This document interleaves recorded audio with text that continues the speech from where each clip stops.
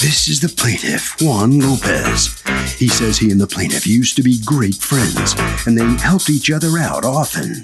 He ended up selling him his 1998 Buick LeSabre, and the guy won't pay him the agreed-upon price. The guy won't give him the car back, won't pay him, and they're now at a standstill. So here they are. He's suing for $1,100, the amount he's due.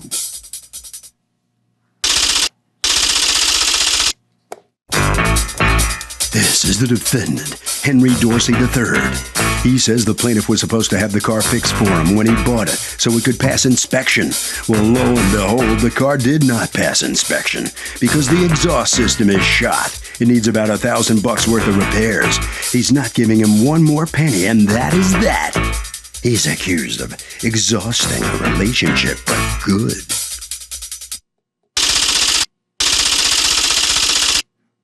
All parties, please raise your right hands. Welcome back to the People's Court. Next case in the docket, the plaintiff sold his good friend a 98 Buick, and that was the end of that. But the defendant says the car was a disaster, didn't even pass inspection. It's the case of, would you really rather have a Buick? Okay, Juan Lopez? Yes. You are suing Henry Dorsey the third or the second? The third. Okay. Yes, indeed, the third. For $1,100, the cost of a car that you say you sold to him and let him have without paying you anything. Correct. What happened? Just a little story about, I met Mr. Dorsey about 2 years ago. He was a good personal friend of mine, and it seems like our whole friendship, now that I look back, it's one of those friendships that I was always helping him out.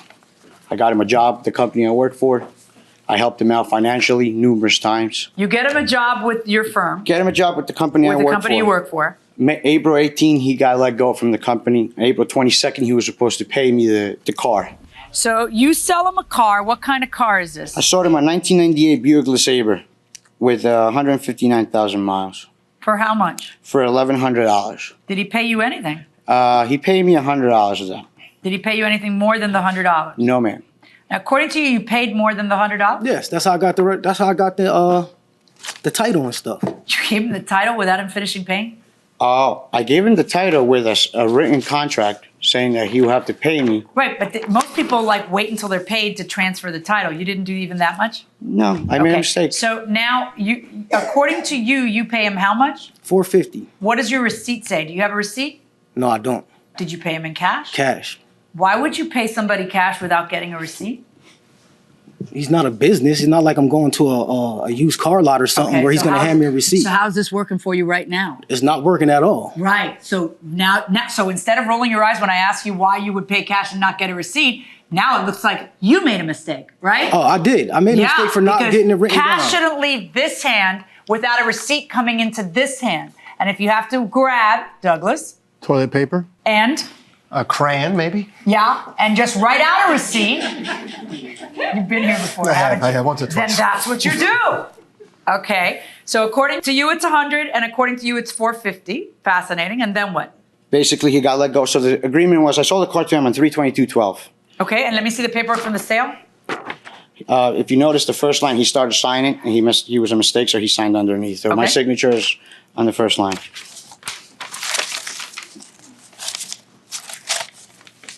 This car is sold as is, with the only guarantee will be state inspection.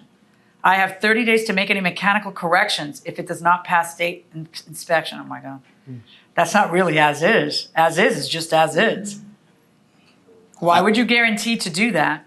Because I figured, I didn't ever thought we were going to have these problems. So I wanted to do the right thing to just. You don't think much. No, not really I'm not in the used cars. I'm not in the used car sales business. Then don't do it. No. Why are you doing it? Is this a car that you had? It's a car that I had, yes. And apparently, it didn't pass inspection. It failed inspection for, I believe, was for a gas cap. No, it's more than a gas cap. And I mean, I don't have the paperwork. Do you have the inspection? No, I know, ma'am. Did he call you and tell you when it failed inspection? Yeah, we were still working together when it failed, and we were still working together at the time. And so what did he tell you was the reason it failed? Didn't he show you the paperwork? He told me it failed inspection for OBD2 readiness, which means OBD2 monitors, means that at the time of when he went to inspection, all the computer systems weren't communicating with each other, and it had a bad gas cap. According to you, it failed inspection. Why?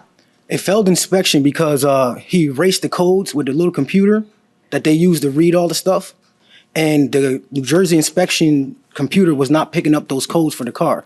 So Do you have proof of what you just said? Yes, I do. Because when I look at the failed inspection for 412, it doesn't say what you just said. All it says is gas cap and one other thing, something having to do with the exhaust. No, this is with the man that does all the printout at the computer. They call you over to let you know exactly what's wrong with the vehicle. Do you have that in writing? No, it says it here, though. Oh, it's all right here. He maybe, highlighted maybe you have everything. something different than what you submitted. Let me see what you have for April. Because you took it for inspection in April, and then Correct. you get fired April 22nd? It was 18th. The guy Poor said... radio reception. No one cares about that. Radio static, increased interference with rear window defogger. Rear window defogger grids may be inoperative. Transmission oil leaking from transmission vent. No reverse. Second gear. What year is this car? 98. 98. Why would you put a warranty on a 1998 car that you'll get it to pass inspection? Because when I looked at it, it was emissions related, and I'm Yeah, well, look at all the stuff though. Do you understand the problem you just I'm brought? mechanically inclined, so I figured out, you know what? I'll be, at the time, I never thought it was going to escalate. I'm But I do have- mechanically inclined. I do I have have- 30 days to make any mechanical corrections if it does not pass Yeah. state inspection. And I have text messages that I printed out from all the times that I texted Mr. Dorsey regarding what we should do to fix this car. And I went to his house on May 7th when agreement we had him that he was supposed to bring the car to me on May 7th. I texted him. He never got back to me. So I showed up at his house. I Do said you have to any him, texts from him? yeah, it's right there. Text from him? Yeah, everything. Okay. Copies for me and him. I have notes on the Can dates. I see the actual text as opposed to what you wrote on a piece of paper? If you look at the last text message, it goes, it's the last one that's on that piece of paper.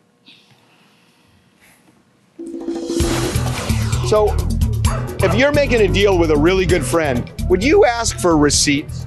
I personally would not, but the fact of the matter is I have been, Screwed? yes, over numerous times when it comes to money. So it is what it is. I just love your honesty. I think it's personally important to keep the fundamentals of the relationship intact, that you have the receipt because it protects both the parties at all times. I think you're my favorite person today. That's funny. That's funny. Going inside the courtroom. Did you ever give him back the car in order to give him a chance to make any repairs?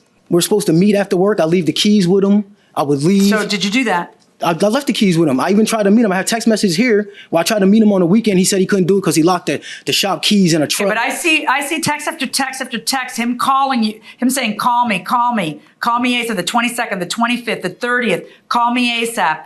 Finally, on the 1st, Monday, no excuses. I have been way too nice about this. You knew how important this was to bring me the car. I did my part. Now it's up to you Monday, not one day more. These are his texts to you. Correct. But Okay. I was talking to him on the telephone. You're not seeing that part, though. No, of course I'm not. That's what I'm It saying. looks like he's chasing you down and you're not Exactly. responding. But he's Why don't doing you it- just answer?